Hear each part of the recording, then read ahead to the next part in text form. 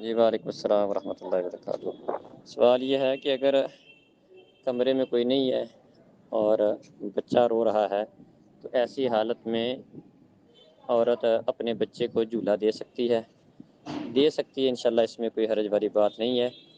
دلیل اس کی نبی مکرم صلی اللہ علیہ وسلم کا وہ عمل ہے جس میں آپ اپنی نواسی امامہ کو اٹھا کر جماعت کروا رہے تھے، نماز پڑھا رہے تھے، تو دوران نماز آپ نے اپنی نواسی کو اٹھایا تھا۔ تو اس سے یہ بات سمجھ جاتی ہے کہ ایسا کوئی مسئلہ جس میں کوئی مطلب بچہ کا رونے کا مسئلہ ہے، اس کو کوئی چپ کرانے کا مسئلہ ہے، اس طرح کا جس کی وجہ سے بندے کی نماز ڈسٹرب ہونے کا مسئلہ ہے، تو اس کو ختم کرنے کے لیے، نماز کی اصلاح کے لیے اور اس میں خرابی سے بچنے کے لیے اس طرح کا کوئی معاملہ کرنا، اس طرح کی کوئی حرکت کرنا جس سے نماز کے اندر جو کوئی معاملہ بن رہا ہے اس کو روکا جا سکے یا کسی پریشانی کو کم کیا جا سکے، تو اس میں انشاءاللہ مسئلہ نہیں ہے۔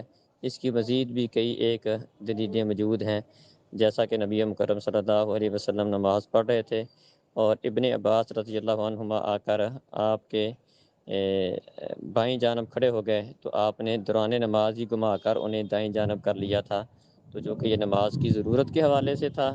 تو وہ حرکت جو نماز کی ضرورت کے حوالے سے ہو تو اس میں انشاءاللہ حرج والی بات نہیں ہے۔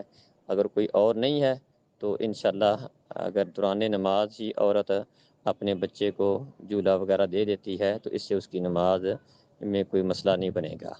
واللہ اعلم۔ السلام علیکم۔